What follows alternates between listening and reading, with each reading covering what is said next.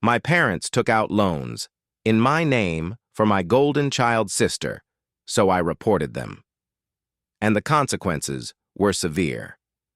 I'm Nathan Brooks, 27, an accountant in Chicago.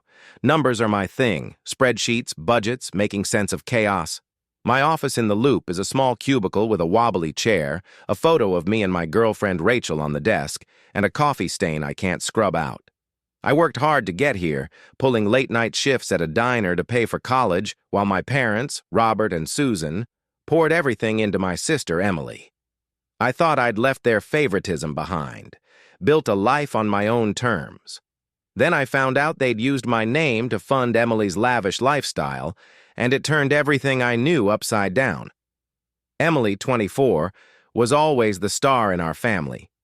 Growing up in our cramped bungalow in Cicero, she got the new dresses, ballet classes, a shiny VW Beetle at 16. Me? I got her old t-shirts, a bus pass, and lectures about stepping up. Dad, 55, a car salesman with a loud laugh, called her our pride and joy. Mom, 53, a receptionist at a dental office, said, "Emily's going places." Places? She partied, shopped, and lived off their money. No job, no direction.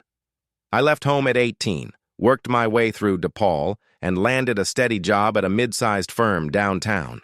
I was proud, but they barely noticed.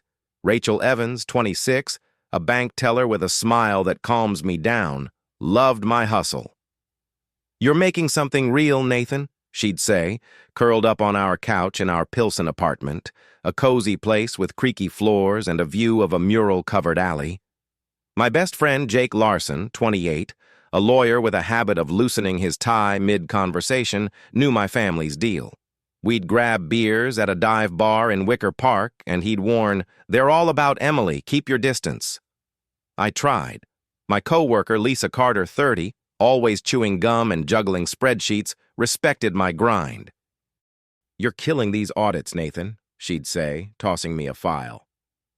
I stayed away from home, only showing up for Thanksgiving or Christmas, biting my tongue when Emily bragged about her influencer gigs, designer bags, trips to Tulum, no actual income. Mom and Dad would beam, never asking about my job, my plans. "Emily's chasing her dreams," they'd say over Mom's overcooked turkey. Dreams? I paid my own rent. She leached off them. I let it slide. Family, you know? You take the hits. I was saving for a house with Rachel, dreaming of proposing. My credit score was solid, years of paying bills on time, no debt. Then one morning, I got a bank notice in the mail, a late payment on a loan I never took. My stomach dropped. I checked my accounts. Nothing. I called the bank, my voice shaky. They listed loans, multiple, tens of thousands, all in my name. I hadn't signed a damn thing. My mind went straight to them. Dad's cagey voice when I'd ask for my Social Security card in college. Mom's quick pivots when money came up.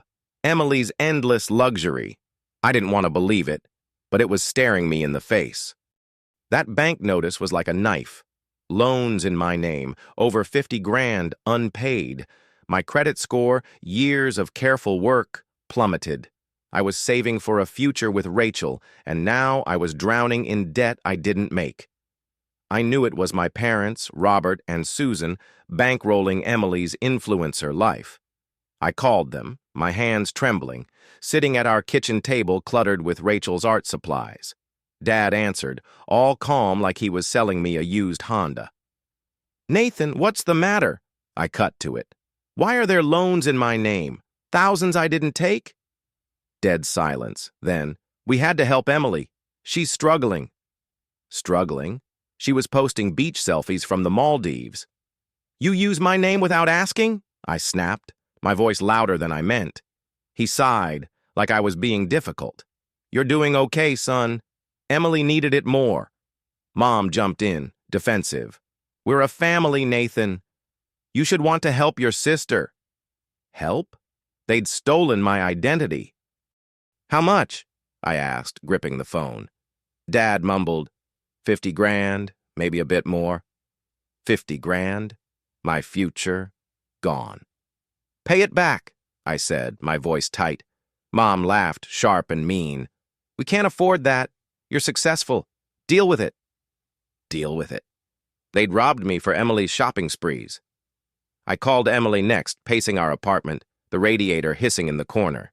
She answered, annoyed, like I was interrupting her manicure. What's your deal, Nathan? I laid it out. The loans, her lifestyle, my name. She scoffed. Don't blow it out of proportion. It's family stuff. Relax. Relax? She was living large on my credit. Did you know? I asked. She paused, then, yeah, but it's not my fault. Talk to Mom and Dad. Not her fault? I hung up, my blood boiling. I wanted to scream, but I just sat there, staring at the wall, wondering how they could do this. I told Rachel that night, slumped on our couch, a Cubs game muted on the TV. Her eyes blazed. They stole from you, Nathan. That's fraud. Fraud? The word felt heavy. Real. I'd trusted them my whole life. She hugged me, her lavender lotion grounding me. We'll fight this. I'm with you. Fight? My credit was trashed, my savings dipping to cover late payments. I called Jake at his office downtown. They screwed you over, he said, his voice sharp. Get evidence, then we sue. Sue my parents? It felt like betraying them, but they'd betrayed me first. Lisa helped me dig at work, sneaking me into the firm's conference room after hours. We pulled credit reports, 5 loans, forged signatures, all linked to my parents' address in Cicero. Bank statements showed transfers to Emily's account, her rent, her Gucci, her flights. This is messed up, Lisa said, handing me a stack of papers, her gum snapping. Messed up? It was theft. I called Dad again, listing the loans. Stop lying, I said. He stammered. We meant to pay it back. Meant to? They never planned to. Mom called, crying. Don't ruin us, Nathan. Emily's our baby. Their baby? I was their son. Emily texted, You're being selfish. Just pay it. Selfish? They'd hijacked my life. Jake connected me with a fraud lawyer, but I hesitated. Could I really report them? I wanted to forgive, keep the peace, but every time I closed my eyes, I saw Emily's smug, blessed posts. They thought I'd take the hit, stay quiet. They didn't know me at all. The betrayal stung deeper every day. My parents took out over 60 grand in loans in my name to fund Emily's influencer life. Designer bags, trips, rent. They expected me to pay it off, keep their secret for family. I was fighting to save my credit, my future with Rachel. Emily played the victim. My family turned on me, but Jake, Rachel, and Lisa held me up. They pushed harder, thinking I'd fold. I didn't. Dad showed up at my apartment unannounced, his old Bears cap pulled low. Nathan, drop this loan crap, he said, pacing past our thrift store couch. You're hurting Emily. Hurting Emily? She was sipping cocktails in Miami on my dime. You stole my identity, I snapped, standing by the window, the city's hum outside. He waved it off. We're family. Pay it. Move on. Move on? They'd ruined my credit score. Mom called later, sobbing. Don't tear us apart, Nathan. Emily needs us. Needs us? She needed to get a job. Emily didn't give a damn. Her Instagram was full of new posts. A Prada bag, captioned, Blessed. Blessed? With my money. I messaged her, Stop spending my life. She shot back, Get over it, Nathan. You're fine. Fine? I was drowning in their debt. Then another bank alert hit. A new loan, 10 grand, taken out after our first fight. They hadn't stopped. I called Dad, furious. Another loan? He mumbled. Must be a mistake. Mistake? Their signatures were on it, clear as day. The lies spread like wildfire. Mom told relatives I was selfish, refusing to help Emily. An aunt texted, Why aren't you there for your sister? There for her? They'd robbed me. Emily posted a sob story online. Family drama's breaking my heart. Drama? She was the drama queen. Cousins liked her post, turning on me. I felt like I was in a corner, everyone seeing me as the bad guy for wanting what was mine. Jake was pissed. "They're gaslighting you," he said, tossing legal forms on his desk. "File a fraud report or they'll keep screwing you."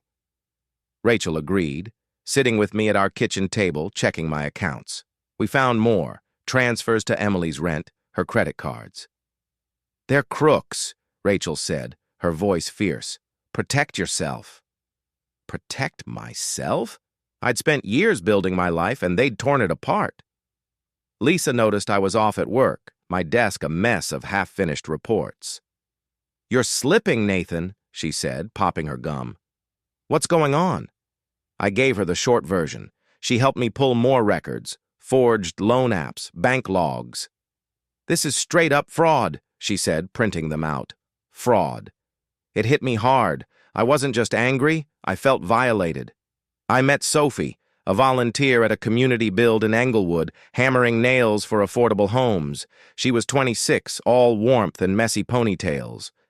"You look like you're carrying a lot," she said over coffee at a shop nearby. I laughed it off, not ready to unload. Just friends, I thought. Mom and Dad upped the ante. They sent Tom, their lawyer, to my office, a guy with a cheap suit and a fake smile. "Nathan, let's keep this quiet," he said, leaning on my cubicle. "Your parents didn't mean harm." "No harm? They'd stolen 60 grand. "They forged my name," I said, my voice cold. He shrugged. "Family helps family." "Family?" I told him to leave. Jake's fraud lawyer was ready, urging me to report them. "They'll do it again," he said. Again? The idea made my skin crawl.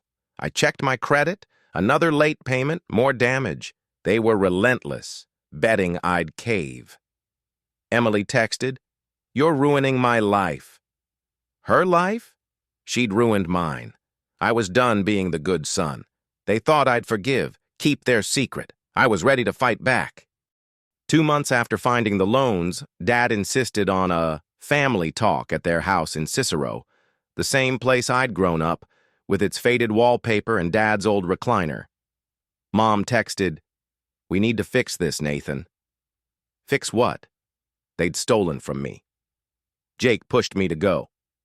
"Face them, then file," he said over wings at a bar. I went, my evidence, loan contracts, bank logs, Emily's spending records, in a folder, my heart pounding like I was walking into a trap. Emily was there, scrolling her phone, a Prada bag at her feet like a trophy. Mom and Dad sat stiffly, Tom, their lawyer, smiling like this was a friendly chat. "Let's keep it civil," Tom started. Dad cut in, his voice hard. "Nathan, stop this loan nonsense. You're hurting Emily." Hurting Emily? She was living off my credit. Mom teared up. "We did it for her future. Pay it. Be a good son." Pay it? They'd stolen my life. I stayed calm, pulling out the folder. "You forged my name on over 60 grand in loans," I said, sliding the papers across the table. "For Emily's rent, her bags, her trips. That's fraud." Emily scoffed, tossing her hair. "You're blowing it out of proportion, Nathan. It's family money." Family money? It was my name. Dad's face went red. "Don't accuse us," Mom sobbed. "You're breaking my heart." Tom jumped in, all smooth. "Let's settle this privately. No cops." I stood, my voice steady but my hands shaking. "You betrayed me, all of you. I'm reporting you." Emily's jaw dropped. "You can't!" Dad lunged forward. "You'll ruin us." Ruin them? They'd ruined me. I held up the latest loan, 10 grand signed after our first fight. "You didn't stop," I said. "You never would." Mom wailed. "Emily needed it." Emily smirked. "You're just jealous." Jealous? I was done. I walked out, their shouts, Dad cursing, Mom pleading, Emily yelling, fading behind me. In my car, I called Jake's fraud lawyer. "File it," I said, my voice firm. We reported the identity theft to the police, sent the evidence to the banks. My accounts were frozen, the loans flagged as fraud. Rachel hugged me that night, her arms tight. You did what you had to, she said, her voice soft. Did I? It hurt, but I felt lighter, like I'd dropped a weight I'd carried too long. Work kept me sane. Lisa and I nailed a big audit, earning me a bonus. You're unstoppable, she said, snapping her gum. I started volunteering more, building homes with Sophie. We'd talk late at the build site, her passion for fairness pulling me in. One night, over tacos at a food truck, she said, You fought for yourself. That's real strength. Strength? I was starting to feel it. We went from friends to something more, her laugh making the world feel right. Emily tried to spin it online. My brothers attacking our family. It backfired. I posted the truth. Screenshots of the loans, her spending. Friends and relatives messaged, stunned. We didn't know, an uncle said. Emily's followers turned. You used his name? That's low. Dad sent Tom to my office again, begging me to drop the report. You're killing your mom, he said, his suit wrinkled. Killing her? They'd killed my trust. I cut contact, blocked Dad, Mom, Emily, Tom. A year later, my life's solid. Chicago's my home. Windy streets, neon signs, the L rattling past my condo in Logan Square. I'm 28, a senior accountant, leading audits from a corner office with a view of the skyline. Sophie, my fiancée, is my rock. Her activism shakes up the city. Her love keeps me steady. I fought my parents' betrayal, exposed their fraud, and rebuilt stronger. Their final play flopped, and I'm thriving. The fallout hit them hard. Jake's contact at the DA's office kept us updated. Mom and Dad were charged with identity theft, facing fines and possible jail. Their savings vanished on lawyer fees. Dad got fired from his dealership. Nobody buys cars from a fraudster. Mom quit her receptionist job, too humiliated. They emailed, Nathan, you've destroyed us. Drop the charges. Destroyed them? They'd tanked my credit. I blocked them, no reply. Emily's world collapsed, too. Without their money, her influencer life died. She sold her Prada bags on eBay, took a barista job, barely making rent. Her Instagram went quiet. Followers bailed after my post showed the loans. She texted, I'm sorry, Nathan. I didn't mean to hurt you. Didn't mean to. She'd spent my future. I ignored her. She called, crying, Help me, please. Help? She'd helped herself plenty. Relatives flipped. An aunt called, mad, How could you report your parents? I sent her the loan docs. She stopped talking. Others apologized. We fell for Emily's act. Act? She'd played the victim, but my evidence, forged signatures, bank transfers, killed her story. Tom tried one last time. Nathan, settle out of court. They're your family. Family? They were thieves. I told him to get lost. Work's my haven. Lisa and I landed a top client, boosting my name at the firm. You're a beast, she said, tossing me a celebratory coffee. I got a raise, rebuilt my credit with Rachel's help. Sophie's a game changer. We volunteer together, her fire for justice matching mine. You took your life back, she said, kissing me at our engagement party. Took it back? I built it better. We're planning a small wedding, maybe a kid someday. Jake threw a bash for my promotion at a bar in River North. Sophie fit right in, joking with Lisa and Rachel. You're free, man, Jake said, clinking his beer with mine. Free? Damn right. Cousins who'd backed Emily came around. We were wrong, one said. I nodded, keeping them at arm's length. My crew, Sophie, Jake, Rachel, Lisa, is my real family. Emily's last move was a DM from a fake account. You ruined us, Nathan. You'll pay. Pay? She'd bled me dry. I laughed, showing Sophie. Desperate, she said, rolling her eyes. I reported it, moved on. Online, Emily's name was trash, her posts mocked, her brand dead. Dad sent one final email. We're sorry, drop the charges. Charges? They were convicted. I ignored it. Robert, Susan, Emily, ghosts, their lives in tatters. They bet on my silence and lost. Our engagement party was alive. Sophie and I danced under string lights, friends cheering. Jake toasted, "To Nathan, who turned theft into triumph." We roared, Chicago's skyline glowing. My family's betrayal broke me, but it made me stronger. I didn't just report them, I reclaimed my life. Sophie's not just love, she's truth, fire, home. I'm Nathan Brooks, accountant, survivor, unstoppable, and I wouldn't change a thing.